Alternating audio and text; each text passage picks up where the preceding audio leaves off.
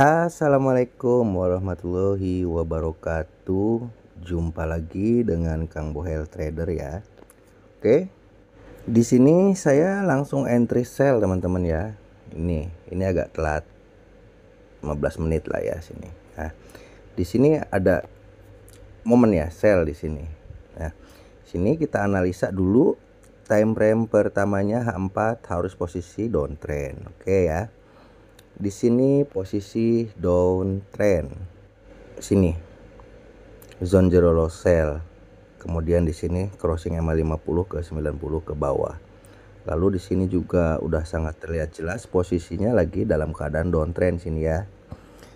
Lalu kita lihat di H4 sini ada momentum sell ya. Seperti biasa saya hanya masuk saat re-entry momentum saja di sini. Kemudian kalau kita tandai zona re-entry-nya adalah ini. Ini momentum zona re-entry. Ini momentum, lalu ini zona re-entry. Oke. Nah, kita tandai ya, ini sama ini.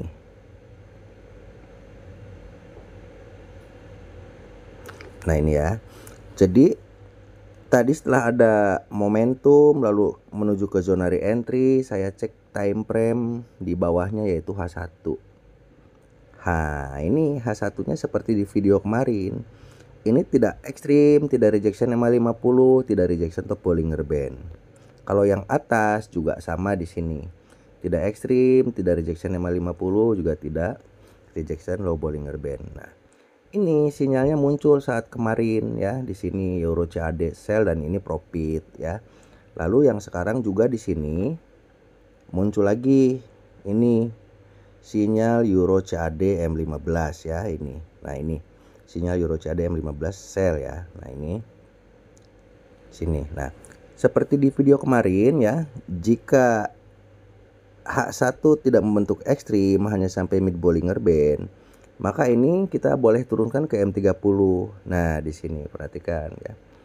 Sini ada setup lubang, ini kurang ya, rejectionnya nggak sampai. Tapi saya yakin ini bakal turun karena di histori sebelumnya juga sama.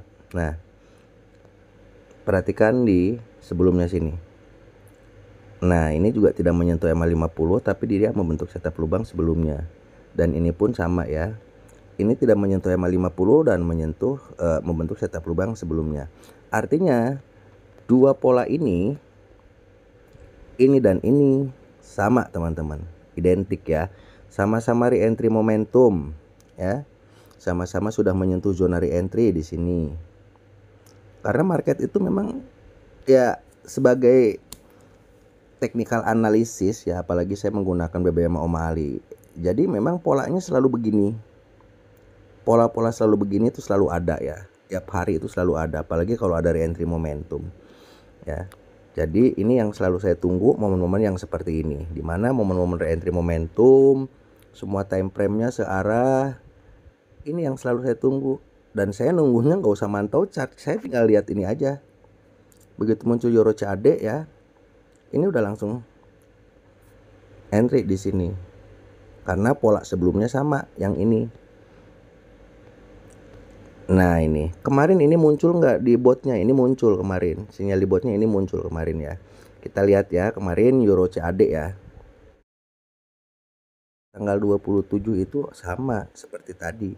Euro CAD M15 sell nih. Euro CAD ya. Ini sama persis. Dan sinyalnya di sini muncul kemarin. Di M15 juga sama di sini. Nah, kemarin muncul itu di sini. Sini break 50. Jadi CSAK sell lalu dia turun. Yang sekarang ini udah break juga MA50-nya di sini. Apakah ini akan turun? Ya semoga, belum tentu juga ya. Kita hanya mengikuti analisa-analisa dari kejadian sebelumnya saja. Kalau ini naik ya sudah, memang loss begitu. Karena saya hanya mengikuti dari alur ritme sebelumnya saja yang selalu saya pakai, dan ini udah saya bikinkan toolsnya. Jadi jika ada momen seperti ini muncul, apalagi kalau ini memang re-entry momentum teman-teman di sini. Ini seperti ini re-entry momentum. Ini yang paling saya suka ya. Reentry momentum. Terus ini bakal turun enggak? Belum tentu ya. Karena pola-pola seperti ini juga ada kalanya memang loss karena kita nggak bisa memastikan bahwa ini akan turun. Saya entry sell di sini hanya mengikuti ini pola sebelumnya. Ketika terjadi kesamaan, lalu kalau bot itu udah saya setting seperti ini, reentry momentum, kemudian polanya seperti ini, algoritmanya seperti ini, dia akan muncul. Nah itu teman-teman ya. Jadi toolsnya memang hanya hanya notifikasi aja. Setelah ada muncul gitu bukan untuk langsung di buy di sell. Kita masih harus menganalisa, tapi bukan analisanya simpel sekali. Kita hanya tinggal lihat tren. Di sini M15 downtrend. Ketiga time frame harus searah. H1 juga udah nampak sekali downtrend. Lalu di H4 juga downtrend. Percis 33 time frame downtrend. Lalu di H4 harus ada momentum sell. Di sini ada. Di sini juga ada ya. Lalu berikutnya di H1. H1-nya jika tidak ekstrim, dia akan sampai mid Bollinger Band seperti ini. Ya, ini sama juga di atasnya, teman-teman. Sama percis 3 momen ini. Nah, ya dia tidak ekstrim. Apakah ini juga reentry momentum? Kita lihat betul enggak yang itu juga reentry momentum. Dan betul di sini juga reentry momentum. Nah, jadi ini polanya sama. Ya, tuh. Tiga-tiganya. Momentum reentry turun, momentum reentry turun, momentum reentry nggak tahu yang ini belum turun karena ya. Nah, ini kesamaannya di H1. Ini sampai sini tidak ekstrim, ini tidak ekstrim. Di M30-nya kita lihat perbandingannya dari yang paling atas dulu. Nah, ini juga ada setup lubang di sini. Ya. Kemudian di sini juga ada setup lubangnya. Lalu yang sekarang juga ini ada setup lubangnya sini.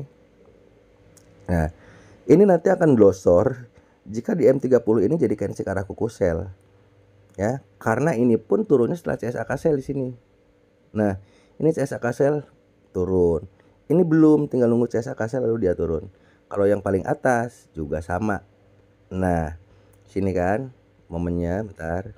Nah, setelah CSAK sell di sini turun. Oke. Jadi selalu mengulang pola-pola sebelumnya. Saya sih simple aja tradingnya. Kita lihat histori sebelumnya seperti ini maka saya ikutin. Dan itu juga belum tentu profit teman-teman. Hanya probabilitas saja. Probabilitasnya yang kayak begitu kemungkinan jadi. Ya ini kan sudah 3 ya. Sudah 3 momen yang sama dalam satu periode sini. Ini. Nah yang ketiganya nggak tahu. Biasanya yang keempat atau yang ketiga itu biasanya suka ketarik atau bahkan loss teman-teman. Tuh ya. Mudah-mudahan aja yang ini juga entry di penutupan market juga profit ya. Saya entry satu lagi deh. Nah, ini ya. Karena saya juga suka swing ya. Nah, di sini ini saya ada entry swing juga di sini. Iya, sini. Nah, ini. Ini entry-nya dari mana ini yang ini? Ini dari sini. Seperti yang tadi, tidak membentuk sampai ekstrim. Lalu di M30-nya sini.